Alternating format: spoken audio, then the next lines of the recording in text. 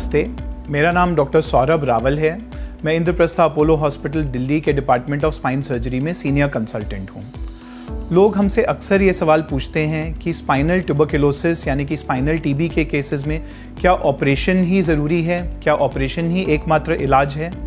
तो लोगों को हम लोग यही समझाते हैं कि यदि अर्ली स्टेज पे स्पाइनल टीबी को डायग्नोस कर लिया जाए तो 95% तक केसेस में स्पाइनल टीबी को बिना ऑपरेशन के सिर्फ सिंपल दवाइयों की मदद से पूरी तरीके से ठीक किया जा सकता है।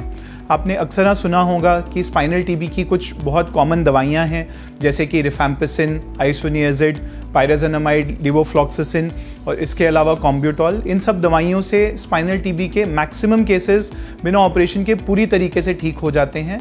और स्पाइनल टीबी में सबसे अच्छी बात ये रहती है कि जब पेशेंट पूरी तरह से रिकवर कर जाता है तो उसकी ज़िंदगी बिल्कुल पहले जैसी नॉर्मल हो जाती है। ऐसा नहीं कि उसको कोई कमी या कोई दिक्कत रह जाती है। बट यदि कुछ केसेस जो कि एडवांस स्टेज पे पहुंच चुके हैं, जिसमें कि पस बनने की वजह से स्पाइनल कॉर्ड पे कंप्रेशन आ चुका है, यानी कि पेशेंट को पैरों में वीकनेस या पैरालिसिस आने लग गया है, या फिर बहुत ज़्यादा दर्द हो गया है जिसकी वजह से पेशेंट बेड रिडन हो चुका है, लैट्रिन बाथरूम की परेशानी आने लग गई है, या रीढ़ की हड्डी आगे तरफ झुकाव लेने लगी है जिसको कि आम भाषा में कुबड़ेपन का नाम दिया जाता है।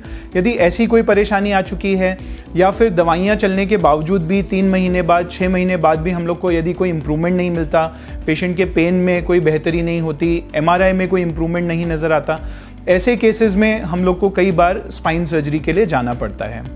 इसके अलावा यदि कभी कभी हम लोग को MRI के बेसिस पे, क्लिनिकल डायग्नोसिस के बेसिस पे यदि श्योर ना हो कि पेशेंट को स्पाइनल टीबी ही है, कहीं कोई और बीमारी तो नहीं है, कहीं कोई कैंसर का लक्षण तो नहीं है, कहीं किसी और प्रकार का इन्फेक्शन जैसे कि फंगस का इन्फेक्शन, बैक्टीरिया का इन्फेक्शन, यदि ऐसी चीज़ों का डाउट हो तो इन केसेस में हम लोग CT गाइडेड बायोप्सी भी रिकमेंड करते हैं।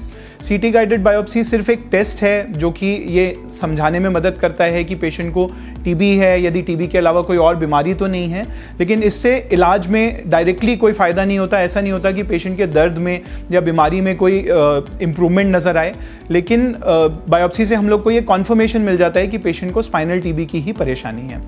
सो यदि अपने को ऑपरेशन की आवश्यकता पड़े भी तो भी कोई ऐसी घबराने की बात नहीं है, क्योंकि आजकल मॉडर्न टेक्नोलॉजी की उपलब्धि की वजह से ये बहुत ही नॉर्मल, बहुत ही सफल ऑपरेशन है जिसका कि 99% तक सक्सेस रेट है। और ज़्यादातर हमारे पेशेंट जो हैं 1-2 दिन में ही अपने पैरों पे खड़े होकर चलने फिरने लग जाते हैं और 2nd या 3rd डे पर हॉस्पिटल से डिस्चार्ज होकर घर जा पाते हैं। तो अंत में मैं यही कहूँगा कि स्पाइनल टीबी को अर्ली स्टेज पे डायग्नोस करना बहुत ज़रूरी है। तो यदि आपको कमर में दर्द 6 हफ्ते से ज़्यादा रह चुका है, या आपको साथ में बुखार आ रहा है, वज़न कम हो रहा है, भूख नहीं लग रही है, या यदि और भी कोई आपको ऐसा गंभीर लक्षण लगे तो आप तुरंत अपने स्पाइन स्पेशलिस्ट को कंसल्ट करें। मोस्ट लाइकली वो MRI के लिए रेकमेंड करेंगे। MRI एक बहुत ही सेंसिटिव टेस्ट है जो कि 99% ऑफ स्पाइनल टीबी के केसेस को बहुत ही अच्छे से डायग्नोस कर लेता है। तो यदि अर्ली स्टेज में स्पाइनल टीबी को हम डायग्नोस कर लें तो इसको दवाइयों से पूरी तरीके से ठीक किया जा सकता है। और यदि ये बढ़ चुका है, अगर एडवांस लेवल पे पहुंच भी चुका है, तो भी कोई ऐसी घबराने की बात नहीं है, क्योंकि बहुत ही आसान सिंपल ऑपरेशन के द्वारा इसको पूरी तरीके से ठीक किया जा सकता है। नमस्ते। यदि और भी आपको कुछ पूछना हो तो आप हमें WhatsApp पर या ईमेल पर संपर्क कर सकते हैं। धन्यवाद।